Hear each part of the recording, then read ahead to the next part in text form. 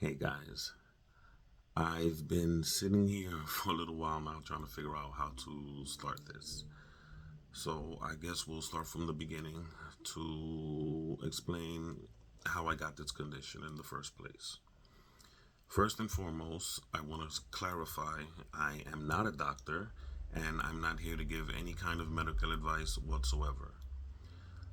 My hopes for these videos are to, one, let you know that you are not alone. You're definitely not the only person that's going through this. There's a lot more than you might think. And two is for you guys to find each other in the comment section so that we can help each other. It's actually extremely important that you understand that you're not alone because agoraphobia is extremely isolating. I mean, you're literally closing yourself off from the world. And not only that, when you start doing that, you start closing yourself off socially from friends and from family. And you won't even realize that you're doing it. And sooner or later, it just becomes normal to you. And your friends and family won't understand that. They'll they'll think you're acting different. They won't understand why you're not the same person you were before, and they won't know how to help you. And the crazy thing is there's only two things that they really need to do, and that's one, believe you, believe how you're feeling, and two, just be there. Just be there for you. That's all they really need to do. That's all you really need to do if you have a friend that's going through this. Okay, so how I developed this was, it's actually a very long story. If you want it in detail, I could probably do that, but I'm gonna try to keep it as short as I can. 26 years ago, I was attacked in the street. This guy came up to me and he sliced my throat from the back of my ear all the way to my Adam's apple. I died twice that night. They brought me back to life. After that, a couple of days after that, when I came back from the hospital, it wasn't that hard to go outside at all. Then I had my first physical therapy appointment because when he sliced my throat, he severed a bunch of nerves, and the bottom of the left side of my face and my entire left ear, I can feel it, but it's real tingly. So the nerves are bad.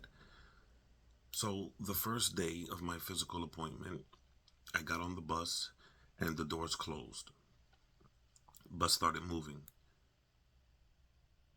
I don't know what happened. It just came over me. I was petrified, terrified, had no idea what was going on. I'm looking around and started sweating.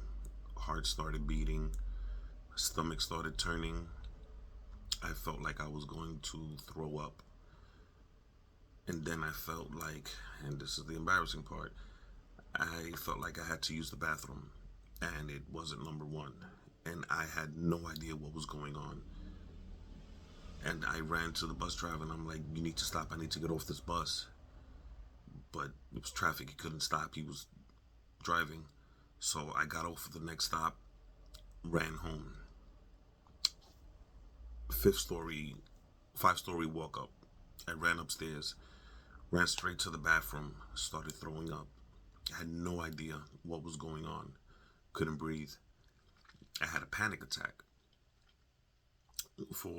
I'm pretty sure most of you know what panic attacks are. I've never had one before. For those who don't know what panic attacks are, it's a sudden rush of fear. And for no reason, no apparent reason at all, it's just a sudden rush of fear. That's, sorry.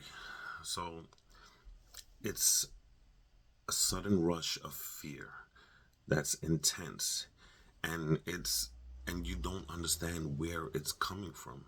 because it's just a normal day. And it's only being fed by your physical symptoms. You understand?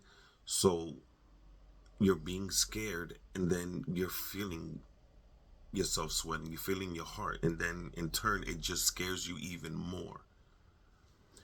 And you'll think that you're dying, and you have no idea. Everything is just going crazy, and then it just stops. It's terrifying. So the panic attacks kept happening every time I went outside. The panic attacks started happening when people would come over to the house. Then they would happen when we were invited somewhere, when they were social events. And it just got worse and worse and worse. I didn't want to go outside. I didn't want anybody coming to my house, and I didn't want to be around people. And that's how it starts. That's how the agoraphobia started for me, at least. I just wanted to be alone. I didn't want to be around anybody. I didn't trust anybody. And I told my wife, and I told everybody what was going on. And my friends and my family were, they didn't believe me. They're like, you'll get over this. Don't worry about it. It's just, you were attacked. It happens. Give it some time. I did. It just got worse and worse. I couldn't go outside. I couldn't get on trains. I couldn't get on buses. To the point I couldn't walk out the door of my house. I couldn't walk down the flight of stairs.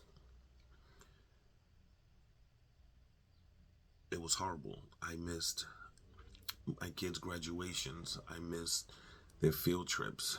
I missed school parties, trips to the zoo, birthdays, Christmases, Thanksgivings, friends' house, family.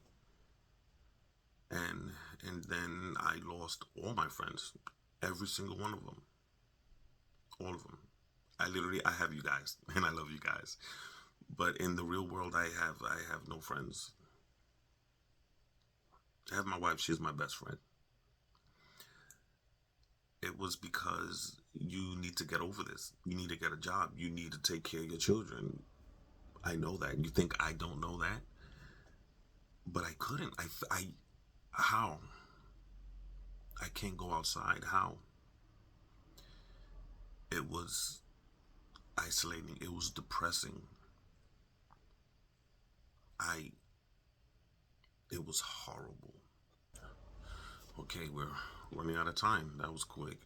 Um, so I just want to close this off by saying real quick, if you're going through this, my advice would be explain to your family members, your parents, your friends, your loved ones, whoever it may be, exactly what you're going through, what you're feeling, and let them know that it's real, it's happening to you, and try to find some help. When this happened to me, it was 26 years ago. The internet wasn't what it is now. You can definitely find some help now. Um, it's hard, but you're not alone. You are definitely not alone.